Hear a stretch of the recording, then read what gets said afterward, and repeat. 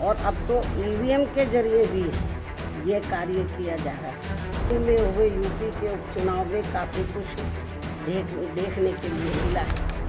इसमें फर्जी वोटों को डालने से रोकने के लिए देश के चुनाव आयोग द्वारा कोई सख्त कदम नहीं उठाए जाते हैं तो तब तक हमारी पार्टी देश में खासकर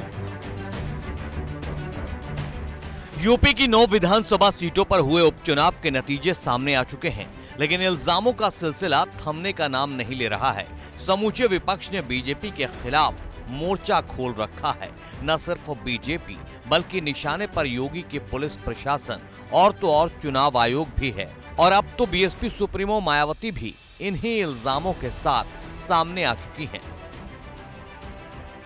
यूपी में 9 विधानसभा की सीटों पर हुए उपचुनाव में इस बार जो वोट पड़े हैं और उसके बाद जो कल नतीजे आए हैं तो उसको लेकर अब ये आम चर्चा है।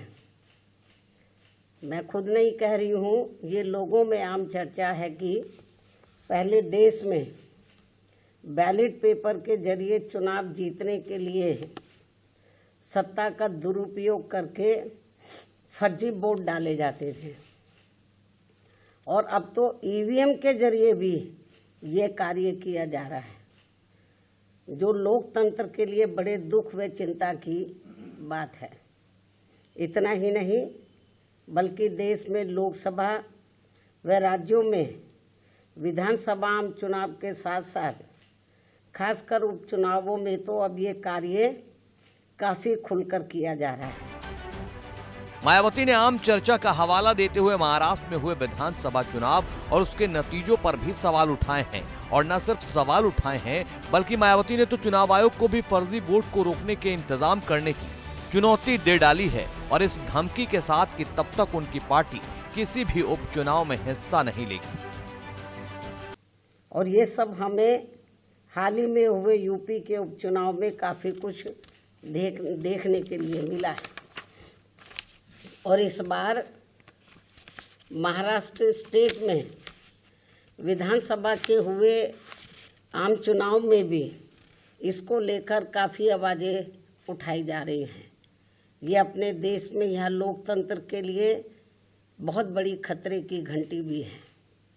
ऐसी स्थिति में अब हमारी पार्टी ने ये फैसला लिया है कि जब तक देश में फर्जी वोटों को डालने से रोकने के लिए देश के चुनाव आयोग द्वारा कोई सख्त कदम नहीं उठाए जाते हैं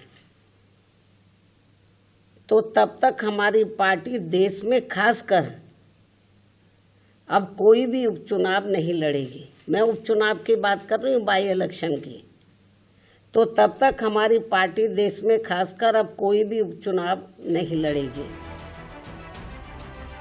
मायावती ने जोर देते हुए मीडिया के कैमरों के सामने साफ कर दिया है कि वो और उनकी पार्टी सिर्फ और सिर्फ उपचुनाव में शामिल नहीं होंगी, लेकिन विधानसभा और लोकसभा चुनाव में अपनी पूरी तैयारी के साथ उतरेंगी। इसके पीछे मायावती की दलील है कि फर्जी वोटिंग का खेल इन चुनावों में कम होता है क्योंकि सत्ताधारी पार्टियों का दबाव जनता पर कम हो जाता है, जबकि आम चुनाव में इस मामले में थोड़ा बचाव जरूर हो जाता है क्योंकि इनका अर्थात सरकारी मशीनरी का सत्ता परिवर्तन के डर की वजह से जब जनरल इलेक्शन होता है, जो पार्टी पावर में होती है, जरूरी नहीं है कि वो पार्टी पावर में फिर से लौट के आ जाए, दूसरी पार्टी भी आ सकती है।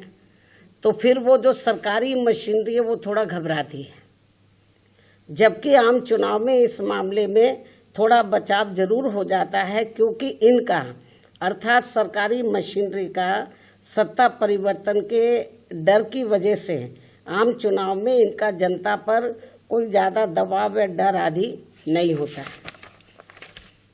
जिसे खास ध्यान में रखकर हमारी पार्टी देश में लोकसभा व राज्यों में विधानसभा के आम चुनाव तथा स्थानीय निकायों के भी चुनाव पूरी तैयारी व दमदारी के साथ लड़ेगी। कहानी दरअसल ये है कि करीब 14 साल बाद बसपा उपचुनाव के मैदान में उतरी थी। सभी 9 सीटों पर उम्मीदवार उतारे, लेकिन बसपा का खाता तक नहीं खुला। बसपा उपचुनाव में भी शून्य पर जाकर सिमट गई। हालांकि उपचुनाव में 9 में से 2 सीटें जीतने वाले और लोकसभा चुनाव में बीजेपी को बुरी तरह हराने वाले अखिलेश यादव ने तो पहले ही वोट की लूट का इल्जाम लगाकर मोर्चा खोल रखा।